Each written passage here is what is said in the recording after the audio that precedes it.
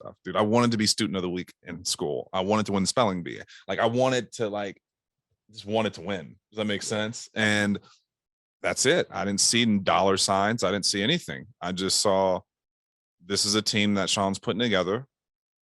This is the standard that they have. It was apps. It was 10 apps a week. So you write 10 apps a week. You know what I mean? That was the standard. Big dogs wrote 10. So I was like, dude, I want to write 10. It wasn't 10,000. It wasn't none of that. I didn't have $1. I'll write 10 apps for like $4,000, dude. You know what I mean? Straight like now I didn't sell no value. Don't do that. All right. But you'll learn. You'll learn.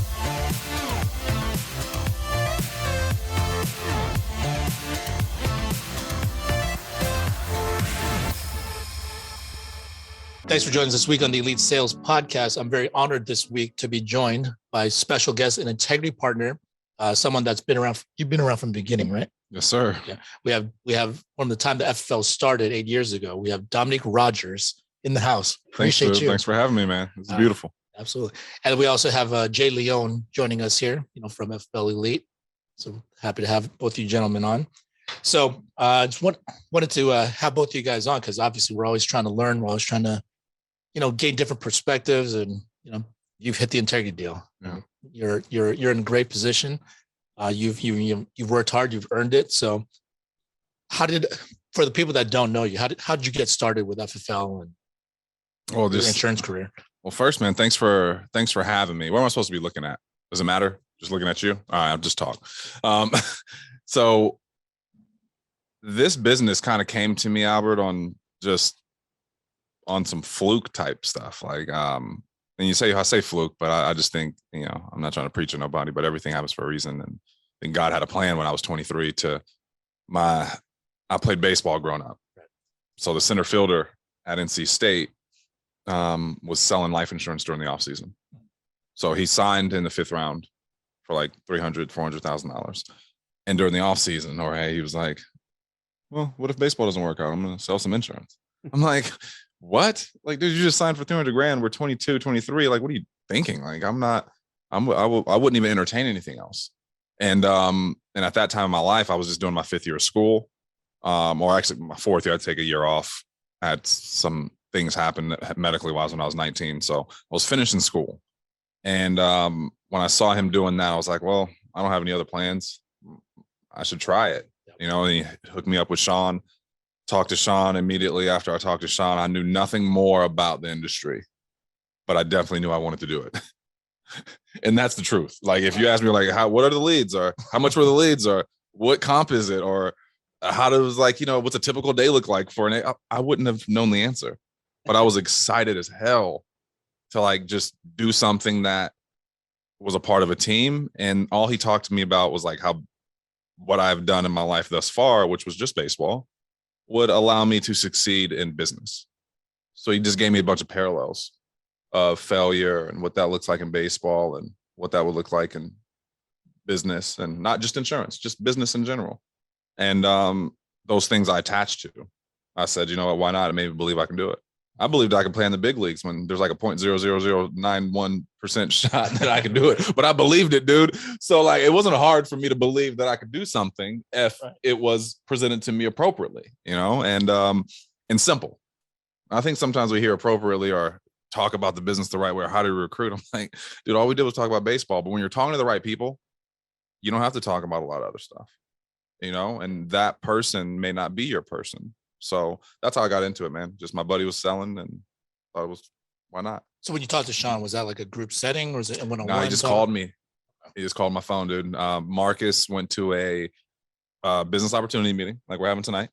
He responded to a Craigslist ad. Okay. The Craigslist ad said, athletic and military background preferred, $100,000 a year potential, send your resume. That's all the ad said. All right. Marcus sent his resume in because on his resume, there was nothing but baseball. And he was like, shoot, $100,000 sounds good. Pretty much it. He never had a job. And so he sent his resume in, and then Sean's, he didn't talk to Sean. He talked to his assistant at the time. Her name was Christy Kleeman. All right. I'll never forget this. All right. Christy called Marcus and told him to go to a meeting like we're having tonight. Marcus showed up to the meeting. Sean's there. Sean goes, hey, come sit in the front. Marcus sits in the front. By the end of the meeting, Marcus is about to run through a wall. And Sean goes, well, who else do you know that needs something like this? And he goes and listed off like 3 or 4 guys. I was one of them. Next morning, Sean gives me a call. And that was it. So, but without these meetings, I don't know. Can't say I know, but Marcus always says, dude, if I wouldn't have seen him face to face, if I wouldn't have been able to, for the first time, right? Because he didn't talk to Christy about anything other than here's the location to the meeting. Here's who's who you're going to meet.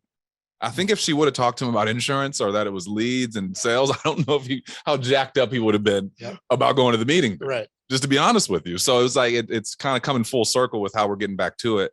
But yeah, that's how I felt. Craigslist to opportunity meeting. So, I mean, if your buddy Marcus didn't refer you, if some random guy called you, like Sean called you, like, would you be a little bit more skeptical? 100%. Yeah. Marcus was open. Marcus wouldn't have been. But Marcus was the guy looking at Craigslist. Does that make sense? Like, he was the guy looking at Craigslist at 23. No shot. But that was even more reason for me just to go, dude, you got to do it.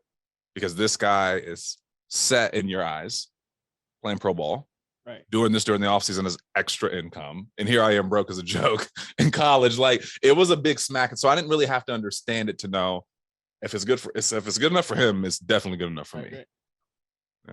So, I mean, you didn't have a backup plan. You were just set on going to the majors and just came into your. Well, the majors was done, dude. I was 19. I got diagnosed with cancer. And after that, I kind of knew that I wasn't going to go play pro ball. I was drafted out of high school, drafted again out of my junior college. And at 19, that's just your stock goes down. Right. John Lester he was the pitcher with the Red Sox. Yeah. He had cancer. Yeah. All right. Well, he was already signed for millions of dollars. So it was like, yeah, Lester, let's come back. And you know what I mean? Because dude, they invested in him already. Yeah. Dude, if Lester didn't already sign a deal, I'm sorry, dude. I'm rooting for you to get through cancer, but bro, they really don't care. Yeah. Because there's no value to them at that point. You know what I mean? Like, they're not on the hook. So I realized that, man, this is a business now. Like, they're not playing. The Blue Jays were like, nah, you're good. Miami, I signed to Miami. They're giving me a 50% scholarship. And the baseball world, if you know anything, they only get like 11.5 scholarships to give out for 50 guys. So there's guys who get like 10%, 15%. There's a lot of that. Good guys. There's good players who get no scholarships at all. But then you got football team who has like 100 guys and everybody gets scholarship. Why is that? Baseball, man. Baseball money. Football gets money. Basketball gets money. But they can afford it, though. You know what I mean? The baseball program. 100%. Just like kids, now they're getting paid now because of player likeness. Good for them. So, but it's I was getting 50% to go to Miami, and which was a big deal in my life, and it would have helped out a lot. And Miami, they have to honor the scholarship, but they also said, hey, just so you know, it's like a client if they called you up and was like, hey, dude, just so you know, I filled out that form, but dude, my house just burned down. I lost my job, and yeah, you can come out here. I'll be here, but I ain't got nothing. And they FaceTimed you and showed you the house, right? And you said, I'm gonna go make the sale. Yeah. Right. That's kind of what Miami did to me. Yep. They said hey, dude, once a hurricane, always a hurricane. You got your scholarship because we can't take it away from you. You signed the deal. Right. But we're more than happy to give you a release. And I was so upset at the time, dude, at them, why are you doing this to me? But dude, that was the biggest blessing for them. They weren't concerned. And I saw so many life lessons with that, Jorge. Is you can't. Jim Morris, the head coach at Miami, he wasn't afraid. He knew my story. He knew I had cancer. He knew this. He could have been, I guess at the time you would say, compassionate. Yeah. Man, kid just went through cancer. I don't want to hit him with this one. Now let's just have him come out here and just whatever. But I thank him. And I wish one day I will be able to find him and shake his hand and say, thank you, because that was a moment for me to go, you know what, he risked. I know he didn't. Nobody felt good about that. Who felt good about making that call to me? Who felt good about making that call? But I didn't think about that at the time. I was so angry. Do you know what I mean? I was like, ah. And the only reason I went to NC State It's purely because they're in the ACC and they played Miami. That's how pissed Really? off I was. That's what it was. Like California to Miami makes sense, right? You're like, dude, it's Miami, right? Yeah, Sun to right. sun. California to Raleigh, North Carolina. Dude, you must have something going on. Like, do you have an agenda, dude? Why in the hell did you end up in Raleigh? Yeah, I had an agenda. I just wanted to play Miami, and we did, and it was good, but it was a lot to learn through that track of baseball and thinking you're going to go pro and then really having to reset and go, you know what, I'm going to give Division I baseball or college baseball all I got. Because I went to junior college purely to get drafted. I think I could have went to D1 to go play football. Academically, I wouldn't have been in the greatest, like, I don't know, I could have went to a 4-year. I didn't have to go to community college. But I went to community college purely to get drafted and go play ball. Oh. So cancer let me know that, dude, maybe you should take school seriously because you can, you know what I mean? And so when I went to NC State, it became a lot more real for me to like, dude, make friends, meet people, don't just be so, I'm going to go pro. Yep. So it made my years at NC State not like my peers, because my peers, they didn't have that type of adversity, which good for them. I wouldn't wish that upon anybody. They still had the dream. Like my buddy Marcus still had the dream, it was so crazy that he was even looking into insurance. Because I was like, dude, you're at the pinnacle of like, dude, I would have retired. Okay. Like, you kidding me? So I would have been like the agent who writes, $10,000 in a week and then, takes three weeks off and goes, man, what happened? Like, I don't know, dude. I got paid more in 1 week than I did in, 3 months, but that wasn't him, so that's how I got started, dude. And that's one call from Sean. I was in. And what's funny is I wasn't your ideal, like, get through class in a week. You dragged it out. Oh God. Marcus was your guy. Okay. He looked good, smelled good. He'd show up to the meeting. Like, I showed up to the meeting in sweatpants and a hat. Sean was like, what are you doing? I was like, I thought we were just like, what are we doing? He goes, dude, it's a business. Like, you don't have a suit. I was like, oh, I got church clothes, dude. I don't know if I got a suit. You know what I mean? Like, I got to get a suit. He's like, dude, you should get a suit. Like, all right. So I didn't know what we were getting into, and seeing this business just grow and change over time, and seeing the new folks come in, it just really lets you know that, like, this thing, nothing has changed that much, dude. We have e-apps and stuff now. You pay faster. There's a lot of leads, like all that stuff. It's all for the better, but the core of it is going out there and serving, dude, and helping people. Yeah. That's it. And if you can do that, then and deal with sucking like I did in baseball. I dealt with sucking a lot. I struck out a lot. I had a lot of strikeouts, but I didn't care, but also got a lot of hits. And a lot of hits is relative in baseball. Like, people like, I sold a lot. Like, dude, you didn't sell more than you did sell.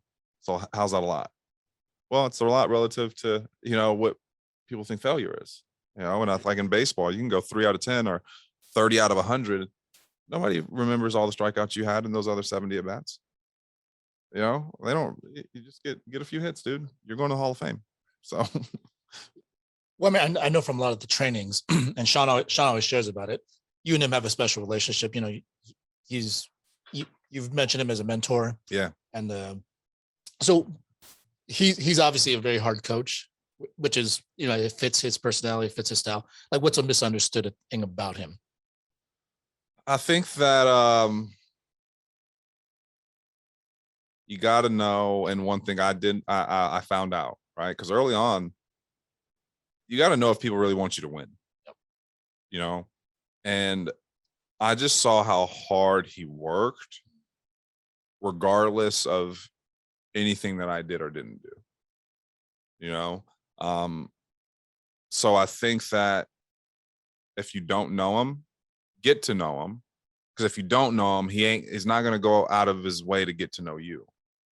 Does that make sense? And I think that, and that's even earlier. That's not I'm a CEO thing. He's in love with his business, not the people in it. So you got to get in the way. You know what I mean? You got to get in the way, because he's going to do it. Like, and I say that because this is a good question, dude, because I'm thinking I'm the only person who was working with him at a previous deal that is still with him today, outside of Mike Sizer. And he's in the corporate office now, and he had some staff this Precious was around, but we hold on to people so long, try to get them to do stuff. And he always said, fall in love with your business, not the people in it. They will change. You want them to change? No. He goes, but you got to keep it moving. And if I got, I look at my business, I go, dude, I got people that I've been trying to drag for 5-6 years, and it's like, why? He's never tried to drag me. I just wanted to come along.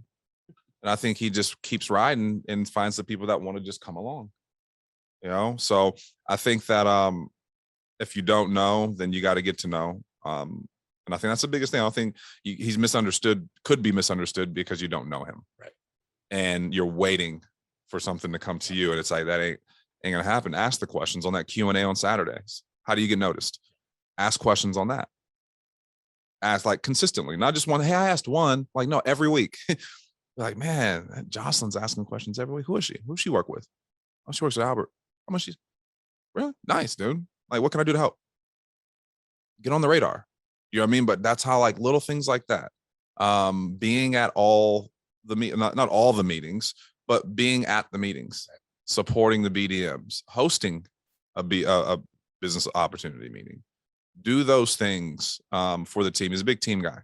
Yep. You know what I mean? Absolutely. So you do things for the team that, I see like Jack Yu, dude, big team guy. Yep. You know what I mean? He's all over the country right now. He's selling, doing his thing, in person. But for Trey Honeycutt, big team guy. You know what I mean? It's like you see people like there's some talented individuals that don't have that team thing. You know what I mean? And there's not some not so talented people that got the team thing and they move and they're excelling, So but yeah, I think. Well, I asked that question because, Sean's like, he works extremely hard. Mm-hmm. I got a ton of respect for him, but he laid into me a couple of times with us. Yeah. Like he laid into us. And like, for me, I don't ever take it personally because you're right. I know how much he wants everybody to win.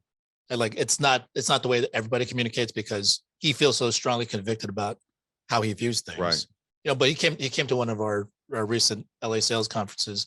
He didn't have, he wasn't the most positive things.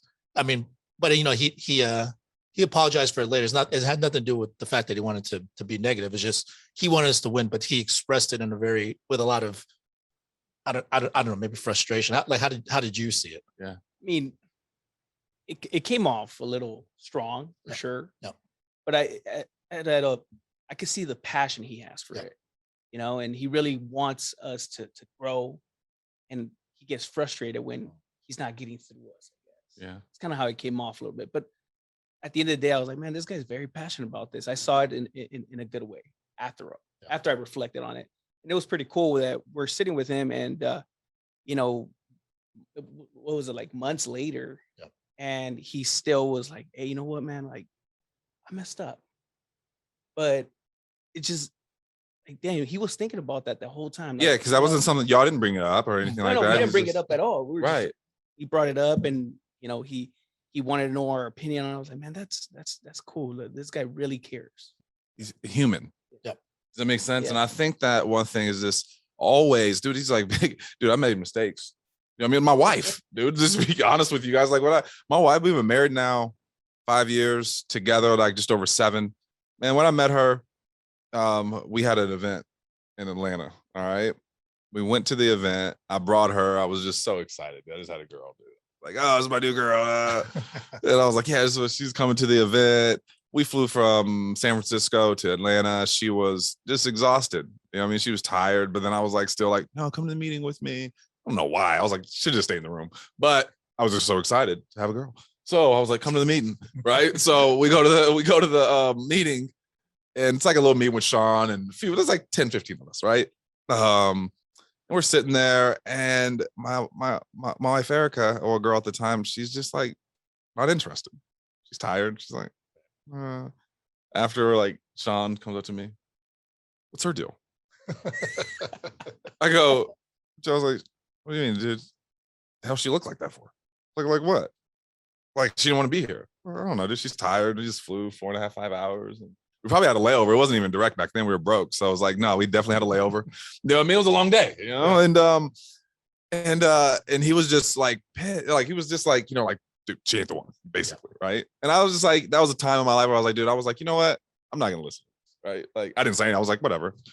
And then, dude, it was literally 4 years later.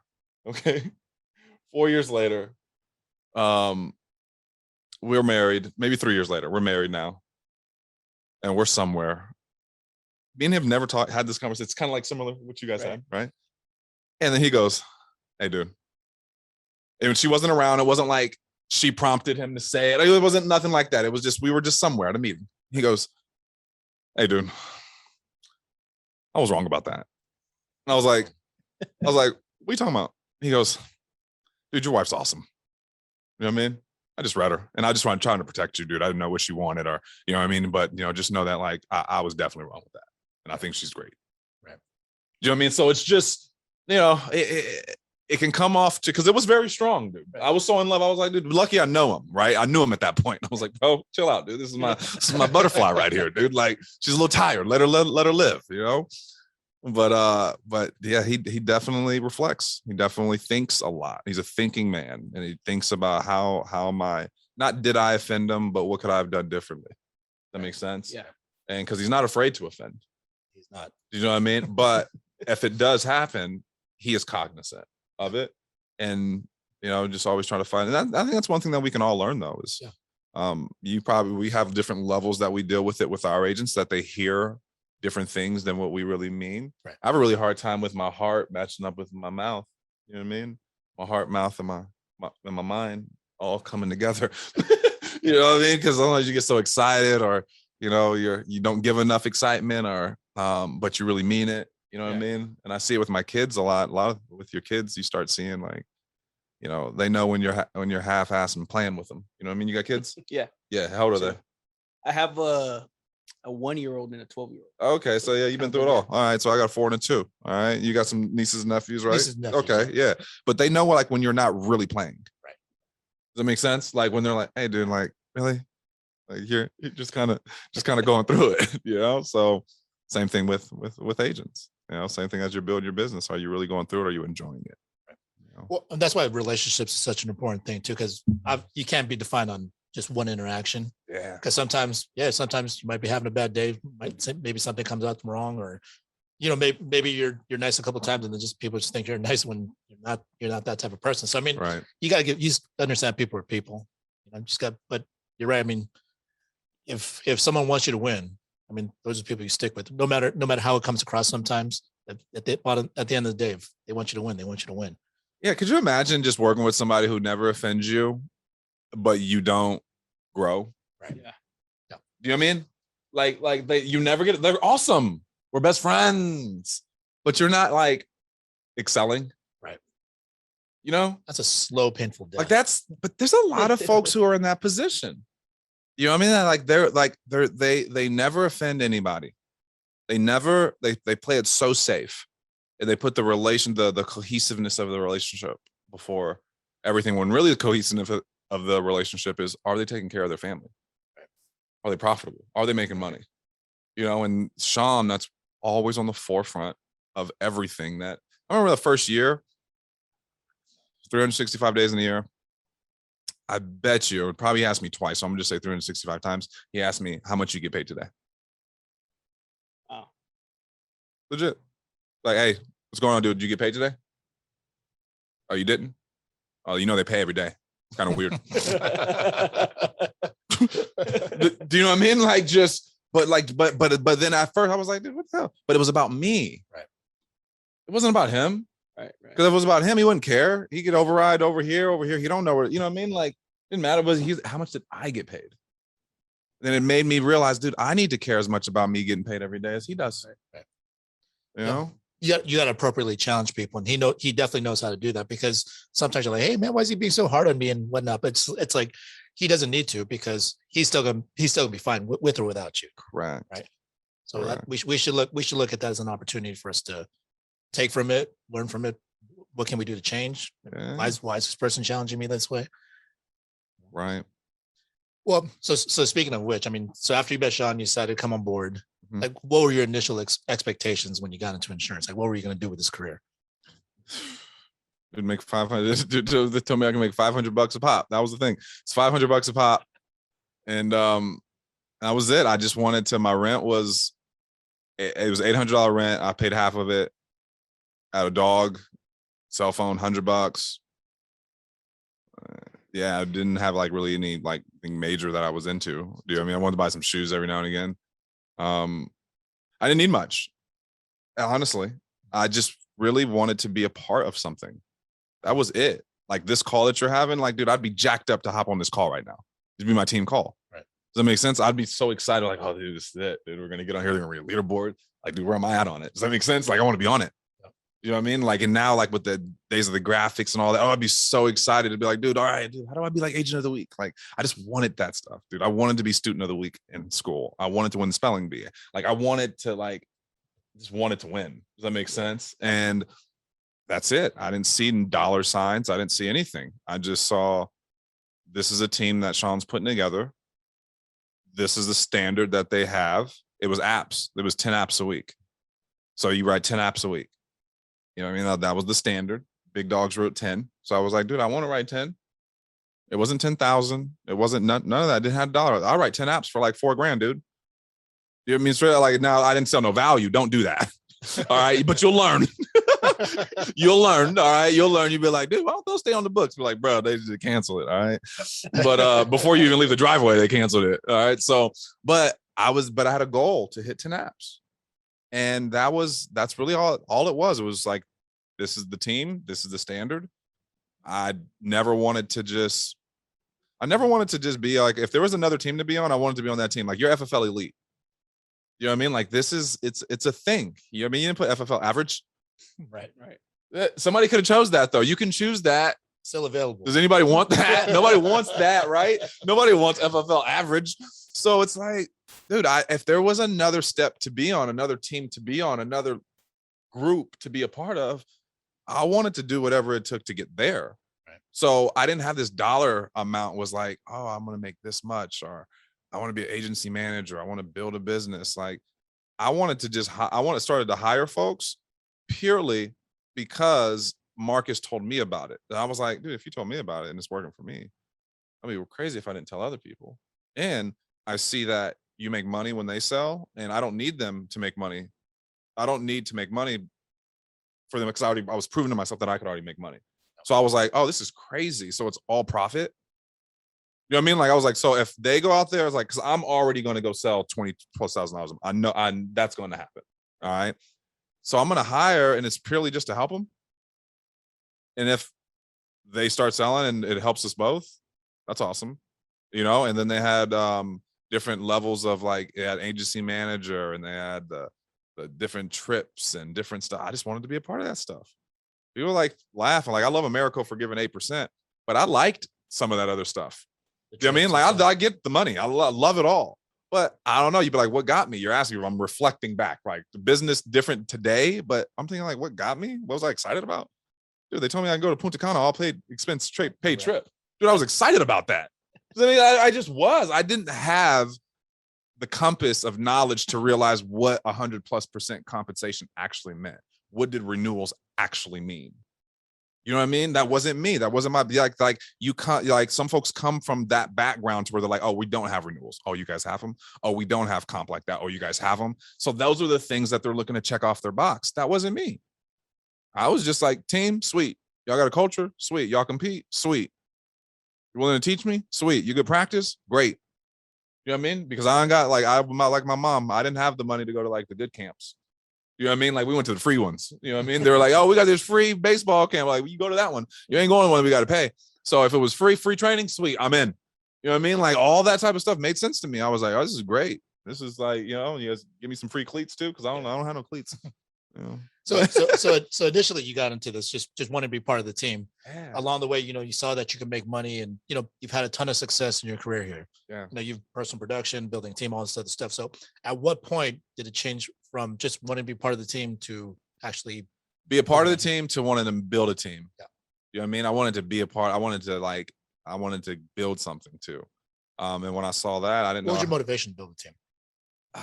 First off, help my initial folks. I had a lot of teammates and stuff that I was playing with back in the day that I wanted to be doing it with people that I knew.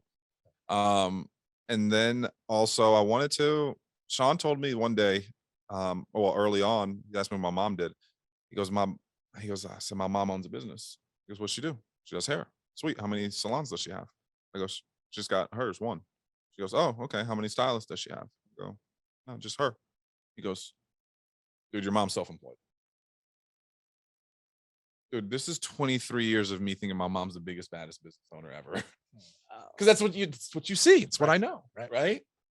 And then he goes, dude, your mom, she's self-employed. I'm going to teach you how to be a business owner. A business owner is, you don't have to put in immediate effort to get a result. All right. I sell insurance, Dom, and I'm teaching you to sell. I teach you how to sell, Dom, 20, 30, 40 families a month.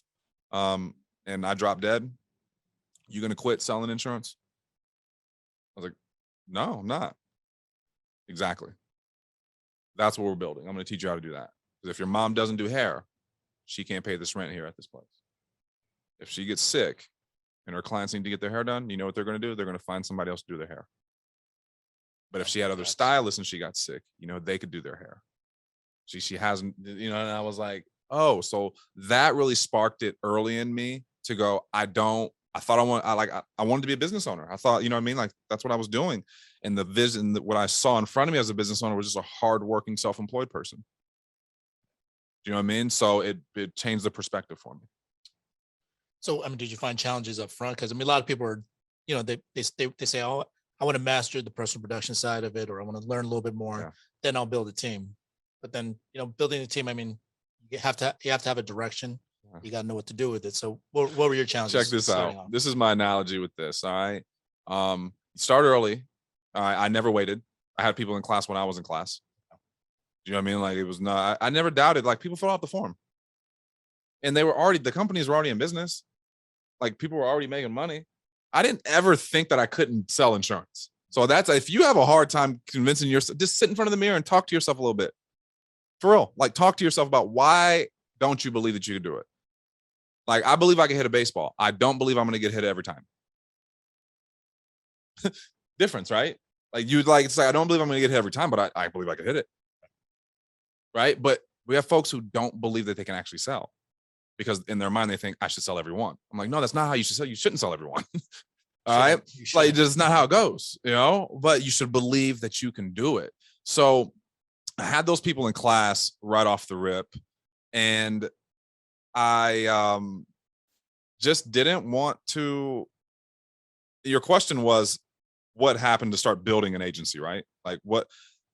Dude, I wanted to help the people out initially that I knew, but also I just wanted to build something that was going to generate something massive. Do you know what I mean? Like, and a massive relative to what I knew, you know. And I just knew that if it made sense to me, there was going to be other people it made sense to. And I like seeing people change their situations, being a little piece in them changing it. You know what I mean? I've had people that were going through divorces that, dude, they're not going through a divorce anymore. You know what I mean? I've had people that were about to lose their house. They ain't lost their house. They actually got a new one, you know? And it's just, when you see folks change in their situations, like, it's pretty addictive, you know? But if you don't, and you're relying on the same people, it gets monotonous, you know? So early on, I wanted to just start it, because I knew even if I wasn't good at it, I could hire people who were better. And if they sucked, who cares? And if they were great, they're on my team. You know, I'd rather them know now than later. You know, a year later, they go, wow, why didn't you tell me about that? There's nobody who could ever say they didn't tell me. If you're close to me, they know 100%. They know. And they know, but I think I need to get better at approaching people as I'm like, with the kids, and, you know, got dad hangouts and stuff like that now that you got to be a part of. And I'm like, dude, I know that they need to make money. I know, like, why do I just sit here like, just hanging out? What do you do? Oh, insurance. Oh, yeah, sweet. Like, their wife works, my wife don't work. Like, I know this, it's all over the wall. Like, dude, they actually want to know what you do. Right. Does that make sense? So I need to be better at that type of recruiting today. Because I saw the relatability with my teammates and my family and stuff like that when I started. And now I need to see those parallels to where there are folks out there who are more market to me, that know what I do, but don't know that they can do it as well. They don't know I'm hiring. So, but a hire early, don't wait. Yeah. So what's another challenge you've encountered, and how have you improved upon that? Biggest Building a team. building a team challenge. Oh my, I'm still struggling right now. It's not easy, right? You're always struggling. All right. Like, and I just think that because it's always changing, and so understanding that you can't be everything to everybody. All right. And everybody isn't going to learn like you. That was the hardest part for me. Was I didn't realize how people didn't sell a ton. I was like, how don't you sell a ton? Like, really? Like, you wrote no apps this week? How did you said you worked and you wrote none? Do you know what I mean? Like, that seems really hard to do. But I'd blow them out, and that's not right. You know what I mean? Some people have bad weeks. Some people, their perceived work ethic is what they perceive. They don't know yet. They don't know that's not working. You know what I mean? And I didn't give people the time to figure stuff out. So I would lose people pretty fast based on me having an opinion on, putting my expectations on them. So that's something that early on was a problem for a while, and I had to change it. I lost some more market folks to that, and, we're still friends to this day, but in business, and it's crazy because I didn't need the override, but I was so wanting to win, and just, if there was a number 3 agency, I wanted to be the number 2 agency. It had nothing to do with the money. It had everything to do with, like, we were just losing to 2 other people. Right. You know what I mean? And it was like, I just wanted to win, and I had to realize that, like, dude, my desire to win doesn't need to turn people off, and that's where I was for a while, so on the building, and that's a big piece. Well, you're also one of the best at the phones in this company. I've always enjoyed all your trainings. It's I appreciate that, dude. There's a lot of great people out there too. But I mean, every time that you do the phone training, I'm like, I can see why this guy books. So, like, what's some tips to, like, some agents out there that have a difficult time either booking, and what would you also say to the agents that say, like, oh, no one ever picks up? Yeah. Well, I like to say, I appreciate you saying that, but I think it's hilarious because I'm like, dude, we just call people who fill out a form. Like, it ain't that deep. And be clear, there's people who are very good at it. They just lack some confidence. And I think one thing that I have, Albert, that I can say is that I'm confident that I'm going to book appointments. So there's somebody who has a way better percentage of who they book than me, show ratio. I mean, if I book 10 appointments, I'm probably going to sit down with like 5 or 6 of them. And people go, damn, that's like 40, 50% no-shows. I know. But you remember you said I was good on the phone? No, I just don't care. Because, I mean, I think my emotions are in check on the phone. And I think that's the biggest thing. You know what I mean? I think that, and there's people who have scripts that are like, damn, dude, that really alleviates the no-show, or, this right here is like, oh, that's how you overcome this, or I don't have a lot of that. I just focus so much on keep your emotions in check and talk to people and just tell them you're coming over to the house, so, because with volume, everything works, I don't do the telesales. I don't book appointments. I did one call closes. I have been doing some of those, but the booking appointments to a telesale, I don't know how to do that or why you would do that. But booking appointments in person, all you need to do is figure out, let them know who you are, what you're calling about, and what time they get home. That's it. And they may ask you a ton of questions like, well, how much is it? I didn't fill it out. There's responses to that, but we always get back to what they filled out, what time they get off of work, or what time will they be home, and that you're going to come over to the house. If you just stay on those 3 things, and no matter what they tell you, you're going to have a better shot. Now, you can't be emotional about it, meaning your tonality and your posture has to be bored and bothered, not angry and frustrated, which is where a lot of us are when we're dialing the phone. They say stuff like, I didn't fill it out, or I didn't do that. We go, yeah, you did. Are you sure? Or we like have this moment of like, we feel sorry for ourselves and I didn't fill it out. Oh, okay. like we're like, yeah, I expected that. You know what I mean? Like, if you have that type of tone, you can be on either side of the spectrum.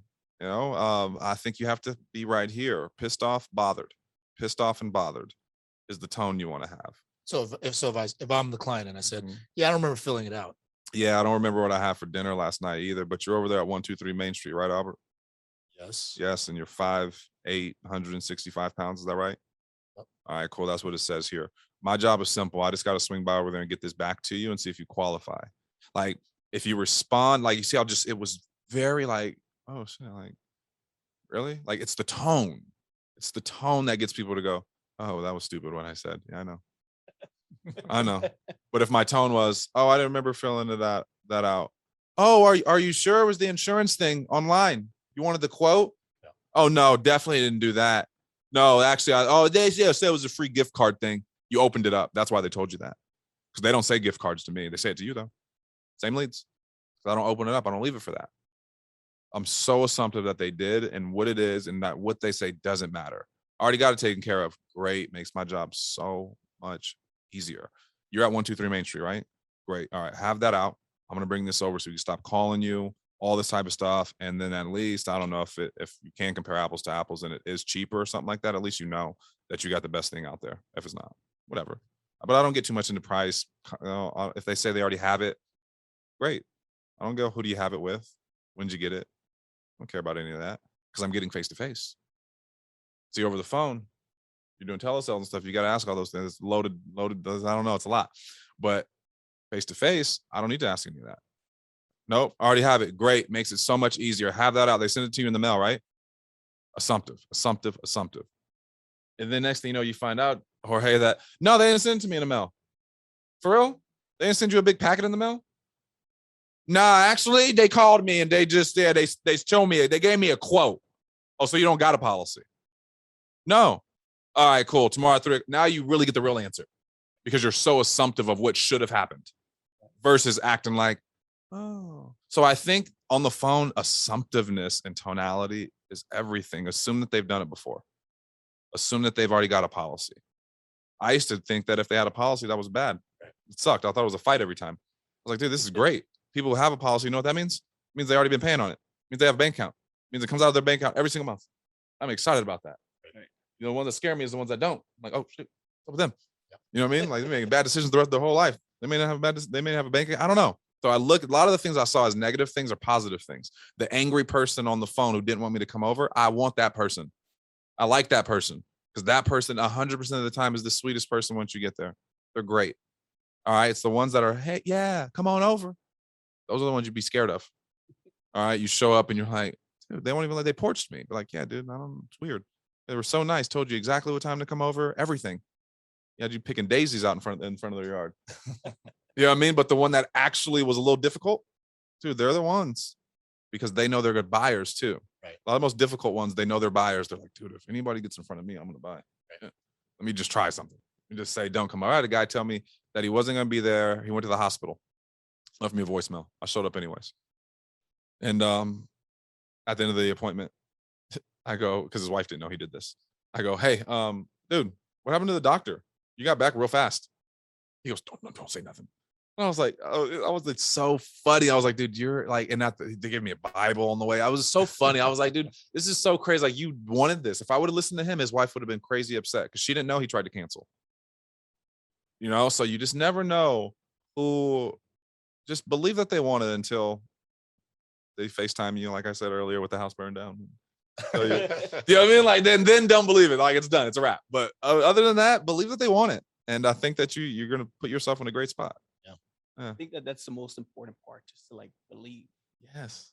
I think that's what a lot of people lack, like that belief. Yeah, and that self-talk I was talking about, like somebody may have laughed or thought it was BS when I said, talk to yourself, convince yourself. I used to get in front of the mirror with leads and go, they filled it out. Why would Mary fill this out and not want it?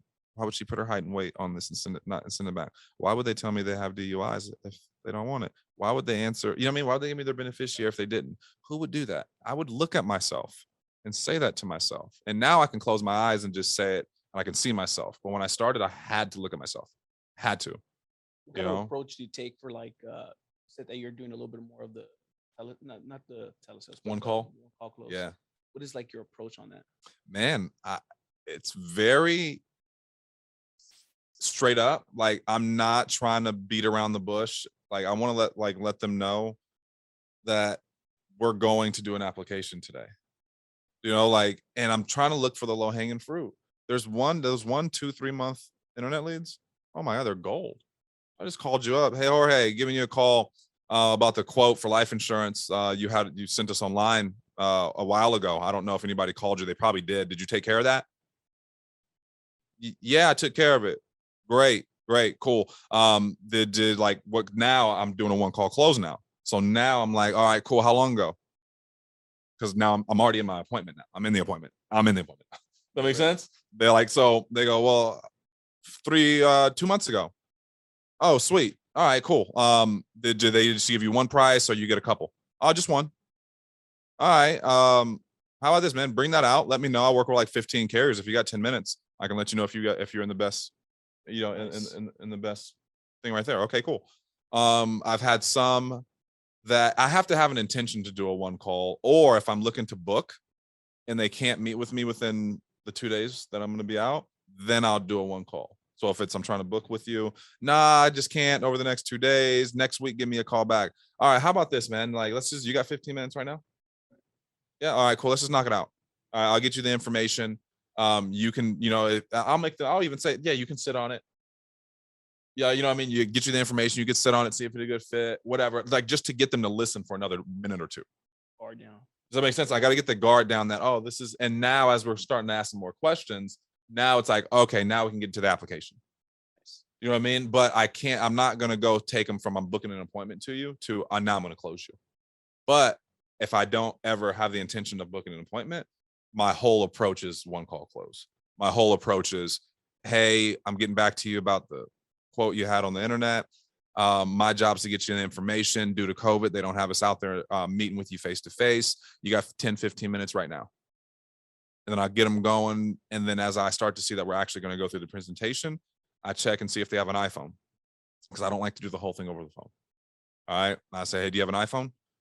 Yes, I do. Cool. I'm going to call you on there. Immediately, I just FaceTime them. Nice. I'm like, cool. Yeah, it's all good. And that's typically like 5 to 7 minutes into the call.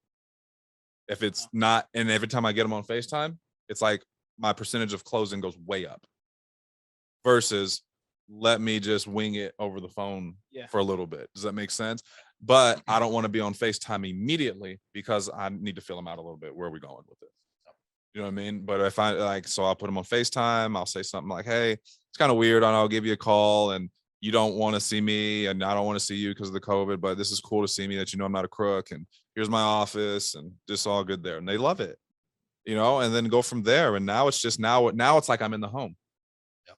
Now it's like I'm in the home. They're there. I have my iPad, my phone's here, my iPad's there, and let's just knock it out like we're there. Like I'm face to face with you. I've only had a couple that I've done all the way over the phone, and that's purely because they didn't have he was leaving. I was on the phone with him. He didn't know how to work FaceTime or nothing. I actually had one person get WhatsApp, because whether you have Android or not, you can use WhatsApp. So, and a lot of old people have WhatsApp. Yeah. That's like their go-to app. Okay. So they know that. So use WhatsApp. So I like the 1-call close telesale model, but I do like the face-to-face. Try to get face-to-face somehow. And I think with technology, why not at least try to have them see you? Right. You know what I'm saying? And put a face to it. And, you know, I think it's cool because, like, just based on what you're saying, you're ready for whatever situation presents itself. Yeah. You know, like if they're not going to be able to meet with you the next couple of days, you're just like, screw it, let me just take on this. But you have that mindset ready when to go. I didn't before though, dude. Yeah. This is new. I'm messing around now because of all this stuff. I'm like, dude, like there's all these different leads. People are doing telesales and people are like, dude, asking me questions. I'm like, I don't know. I've never done it. You know, I didn't do it. I didn't have that option. I did, but I'd shut it down. I didn't have that. If you said that you couldn't meet with me within the next 2-3 days, sweet. Hopefully I called you back. And I probably didn't. I probably just bought more leads. Does that make sense? Like if you no-showed me, I probably didn't reschedule. I probably just bought more leads and met with new people. Now it's like, you no-show me? Dude, I'll call you up. Dude, hey, dude, you got 15 minutes now? I know we're all crazy all over the place. I can't make it back over to you. I didn't even have that quiver in my bag. Yeah. And I think now the telesales model is an add-on. It should, well, for me, and I think for anybody who's on their track to like, I need to figure this thing out and I need cash flow, it needs to be an additional right thing, not this this is all I do. Now, if it's all you do and you're killing it and you're making money, keep doing it. But if you're not, okay, if you're not, and you're not happy with your financial result, the risk of putting gas in your car and driving around and getting no-showed is better than what you're doing. And I wish somebody could quantify it and put it in an Excel sheet so people can actually believe it, but it's not worth it. People give you so much more grace face to face. Yeah. All right. You know, when people I show up to their house and they go, "Oh, I forgot you was coming over." You know what I mean? Like, I don't know how many one-call closes you're gonna get to, like, you got to make a lot of calls to get those one-call closes up. And it's a lot. It takes a lot. It takes a lot of calls and a lot of contacts, you know, and I work better in the field just bouncing around. You know what I mean? Like, that's how I like to do it, you know, and I just feel like I don't get as lazy. Right. I mean, lazy options for me. Yeah. You know what I mean? I have a lot of lazy options if I'm sitting in my office making telesales. Like, you got to know yourself, though. Some people are like, no, that's me. I'm very militant about it. I kill it at home working. I'm like, dude, keep doing it. But remember, was the baseball guy who just wanted to be a part of a team, dude. Like, I wasn't trying to just sit down by myself and make phone calls. That wasn't me, you know. It still is not. There's just, which is, I think there's a lot of folks who aren't that way, but they see it as a easier way. You know what I mean? Like, it's a way that it won't hurt as bad if I fail. I'm like, oh, you know.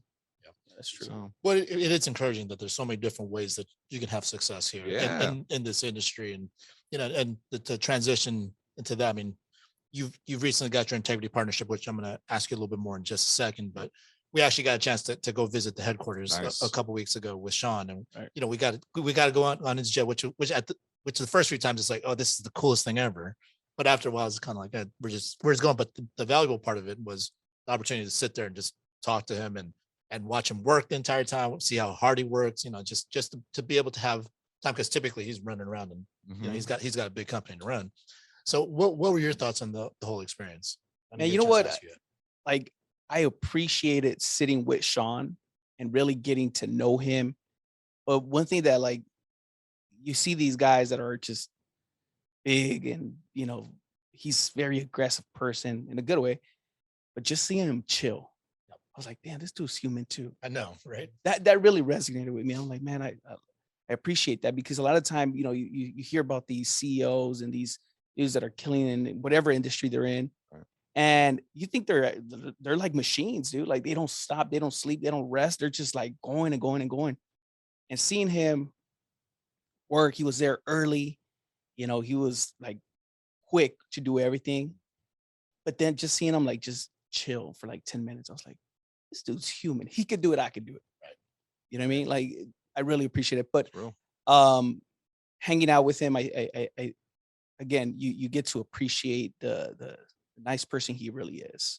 Really caring person. I mean, he asks cool questions, just like, hey, how's it going? You have family? Let me see your kids. Dude, this guy really cares. He makes you feel welcome. You know, he a phenomenal tipper. Yeah. But integrity, you know, getting to meet some of the people that are part of integrity already. Yeah. Again, it's like they're people. They're just like us, like ourselves, you know. They just work hard. They did what they had to do, and you know, they're there now. But above all, man, it was just a really good experience. So the jet was pretty cool. It was my first time on a jet, so that was awesome. Oh, yeah, dude. That's awesome. Hell yeah. So that's what we're working really hard now too, and just being very intentional about it, because you know, we want the same opportunity to be able to be in your position. So I mean, how has the getting the deal changed your life so far? You know what, man? It's almost surreal. You know, you work at something, and then you look up and you don't really know the value of it, and like, when somebody puts value on it and you're like, whoa, like, this is crazy. Like, and I don't own any of it. You know what I mean? It's like, we don't have a product. You know, we sell other people's products. Yeah. You know what I mean? Like, I don't own any agents. They're all 1099 contractors. It's the funniest thing ever. I look back and I'm like, what is going on here? It's like the bizarro world. Like, we're trying to go on Shark Tank with this deal. They'd laugh at you, right? You'd be on like every top 5 funniest Shark Tanks would be you going like, what is this insurance thing? Invisible product you guys got? But what it's done for me and my family, man, is given us, even before integrity, it changed our family like crazy. You know what I mean? Like, making $1 million You know what I'm saying? Like that was like insane. Right. And that was Right. pre-integrity. Like that wasn't like, so for me, there's some folks who were making money for a while, I guess. And like, it was like, all right, cool. This is icing on the cake, or this is cool. You know what I mean? But like, for me, it was like, dude, this is already cool. Like life is already good. Like this is already better than it's ever been. And so this was just something to my wife. I tell you what, do the benefits and things like that. Like you can't, like we were paying our healthcare was like, I didn't think I'd be excited about benefits. Right. You know what I mean? Like I was paying for healthcare. We had Kaiser and we didn't even have like gold plan or platinum. We had like bronze. You know what I mean? Like with 4 kids, or like with like 4 of us. And then, dude, it ain't cheap, dude. You know what I mean? You're like, dude, I'm paying $2,000 a month and I don't even have the best stuff. Woo! About to get crazy. So little benefits, dude, that I'm like, dude, like we have benefits now. And like the relationships that you get to meet in other industries that are all under the same umbrella, and just it's a great team to be on, and I think that short-term pain, long-term gain I got from Andrew Taylor. And I think that in order to get there, you got to live like Andrew Taylor drove this Jaguar. Like he was making money for a minute. Okay. He used to drive this little Jaguar. Like it's probably like a 2002, 3 Jaguar. One of the long ones. The little jag on the front was broken off. And, you know what I mean? Like, and I knew, like we all knew he had money, right? But he just didn't care. He wasn't trying to get a new Benz or nothing like that. You know what I mean? Like he could have, you know what I mean? And like, so there's a lot of things that like Sean used to drive this Honda Accord that I remember hit a deer. And he never fixed it. I was like, dude, why don't you fix it? He was like, I ain't got time. I got to write apps. I got time to get that fixed. You know what I mean? I was like, well, you just get a rental. He's like, I ain't got time to wait a rental and pay for a rental. Nope. I was like, dude, but he's just like, didn't matter. You know what I mean? But now it's like, oh, we got, things change now, but on the come up, things didn't change. And I think that on the come up to integrity, you got to live your life the same or tone it down a little bit if you were a little over the top before. Yeah. You know what I'm saying? Like people have these outrageous bill. I'm like, what is going on? What do you do? You know what I mean? Like, I don't know, dude. I just like, dude, you got to change that. Because if your personal life is affecting your business life, like if you're going extra stuff in personal life is not allowing you to buy leads or not allowing you to buy like deal with staff and things like that, well, then you're chilling. You're tripping. Like, yo, I got this about this new quad, but that same person says they can't afford staff.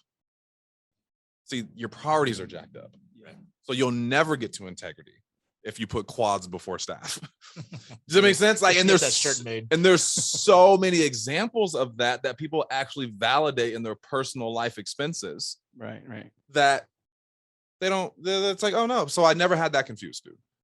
So on the way to integrity, like, and I still was selling 2020. I had some things going before. I wasn't in the field, not by choice. Just you learn, you grow, you learn, you grow and you learn. All right. But 2020, I hit the field full time. And I said, I'm going to use this as a bank. This is just an ATM. I didn't change anything. Dude. We didn't start spending more, nothing. I told my wife, everything's going to be the same. And I'm going to be gone a lot. And she was pregnant. Right. I remember that. You know what I mean? I was like, you're pregnant. I'm going to be gone a lot. We ain't going to do nothing. And all this money that I'm making, she goes, because I bet you initially, she's like, oh, you're going to be selling. We're going to have all this extra money. I'm like, no, we're not. No extra money. Okay. It's going all back into the business. But that year I've taken literally every penny. Like this is what I paid myself. I paid myself $2,000 a week net. What I paid myself. All right. And my wife, I paid her. She was on salary. I put her she didn't work for us, but taxes. You know what I mean? Like, so, but I paid her $500 net a week. So between the two of us, we had a net income of about $170,000-$170,000. Okay. That's what we lived on. Grossed 1.2. And that's what we lived on. And you're like, oh, those other people may have grossed more. People have bigger businesses, but they also have bigger personal lives than I did. So they didn't have the multiple of the net income there. Wow. Does that make sense? Yeah. So my thing to people is live your life the same as you're doing or tone it down and put all your money back into your business and then let integrity pay for your lifestyle after. There's some things now that we're looking at, me and my wife, that we're just like, for real, And we were like, is it for real? Like, this is crazy. Right. But it was things that we could have afforded before, but it would have hurt my business. So you chose delayed gratification. Does that make sense? Yeah. And just know that this delayed gratification is a for sure thing. Like, it's not like a 10-year plan. It's not like, oh my God, this could happen. No, dude, go hard for 12, 18 months, put it all in. And 6 to 12 months after that, I don't see why you wouldn't be closing on a deal. Just don't. You know what I mean? It doesn't take, it's not this 5-year deal. They're not, I've been in the business 10 years, but they didn't go, hey, past 10 years, what does it look like? They looked at 2020, 21. There you go. Does that make sense? Wow. It's not about like wherever you've gotten to till today, it's all good. You can start now. Just rev it up. Because I was in the business 8 years before anything actually mattered to integrity. You know, they didn't even know, we didn't know they existed. We didn't know, like, but honestly, my first 3-4 years in the business, they didn't have anything to look at. I mean, it wasn't anything there. So if you're looking like, man, it's too late for me. No, it's not. No, it's not. You're right on time. So one last question before we Yeah. wrap up. I'm always curious, you know, when people get their deals, what was a crazy purchase that you made afterwards? Nothing, dude. We haven't done nothing yet. Nothing, man. Anything on the It's horizon? crazy. Yeah, we're gonna get a house. Oh. I don't even own a house, dude. I've been renting. So I rented.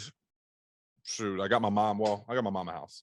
Like, Beautiful. like That's years awesome. ago, probably like 4 or 5 years ago. But my house. Does that make sense? Yeah. I wanted my house, our deal, my family's deal. That's what we're working on.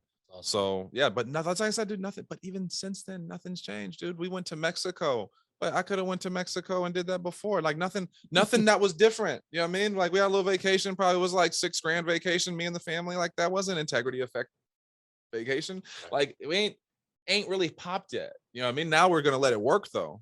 And that's where the thing, you let this thing work, man. There's earnouts. You know what I mean? So this ain't it. Does that make sense? So it's like there's earnouts that you can they want to keep, they keep you working. Right. You know what I mean? So it's like, dude, I want that. Hell yeah. So those earnouts can turn into different things, but then you have money to invest. I didn't have money to invest before. You know what I mean? It was like we had money. If my business account, my personal account when I closed had $3,500 in it, and my business account when I closed had 65 grand, not dollars. You know what I mean? You know, and that was, and but that was going all in. You know what I mean? And that was me still like not doing nothing personal. And my wife probably had like, I don't know, probably $1,200 in her account. She's not like, you know what I mean? Like she's like, you know, like she'll spend it all and be like, let me get some more. Does it make sense? Like that's kind of how she is. Like it's all good. But that's like, that's how we lived, and that's how we still live. But now we have money to invest and do things with that. I don't really know what's going on. You know what I mean? I have guys who know the deal and they do it. I just go, okay. Does it make sense? So like that's working there. But this is also new, man. It's also new, but it's more of like the opportunity we have. It's more like, you know, now looking at schools for my kids, we can kind of do what we want.